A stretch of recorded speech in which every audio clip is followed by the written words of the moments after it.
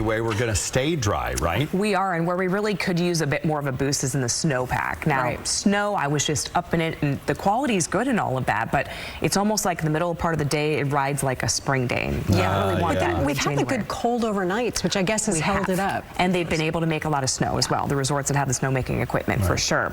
In the forecast, yes, it is going to be dry in the next few days. What we're facing as you head out the door this morning is the fog. This is actually the Stockton Adventist Health Arena Sky Camera.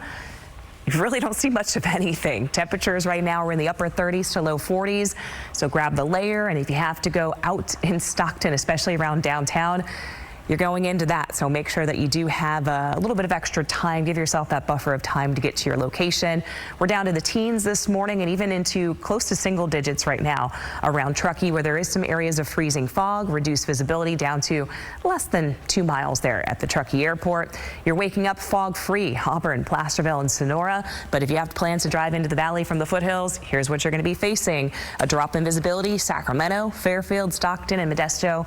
And again, there will be some areas where you're pretty much fog-free or the fog's elevated, and then you get into some of those heavier bands of fog. That's pretty much how the morning's going to play out. Other thing we have to contend with today is the air quality, and we're going to be in between the moderate to unhealthy for sensitive group category. So if you do have any heart or lung ailments, definitely a day that you want to pay attention to. Some of the action you can take is try to reduce any strenuous activity outdoors, reduce vacuuming. You don't want to stir up more dust particles, and if you can, of course, I know it's going to be a beautiful day, you have to keep in mind shutting the doors and windows will be good to keep some of those finer particulates out. Big area of high pressure starts to move to the north as we advance into Saturday and Sunday.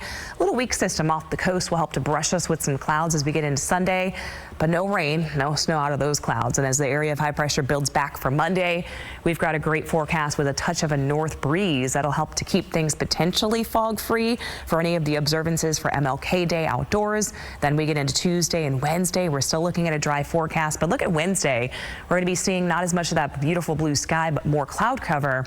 Another system is going to drop into play as we get through Thursday. This one may be the game changer for us, potentially bringing in the potential for some rain in the foothills, maybe some mountain snow showers. Extended forecast, again, that would be happening not until Thursday. And then as you look at the forecast here in the valley, pretty much a rinse and repeat forecast, if you will. Morning areas of fog, hazy sun in the afternoons, and temperatures that are going to be kind of locked into cruise control, low 60s through the weekend and into MLK Day. Those mornings quite cool and potentially foggy. Just depends on where you live. Yeah. All right. Thank you, Tamara. Appreciate it. And again, fog helping or hurting the hurting if you're west of I-5, basically. Is that what you're seeing, Tamara? Yeah, that's what I am the cameras, that seems to be where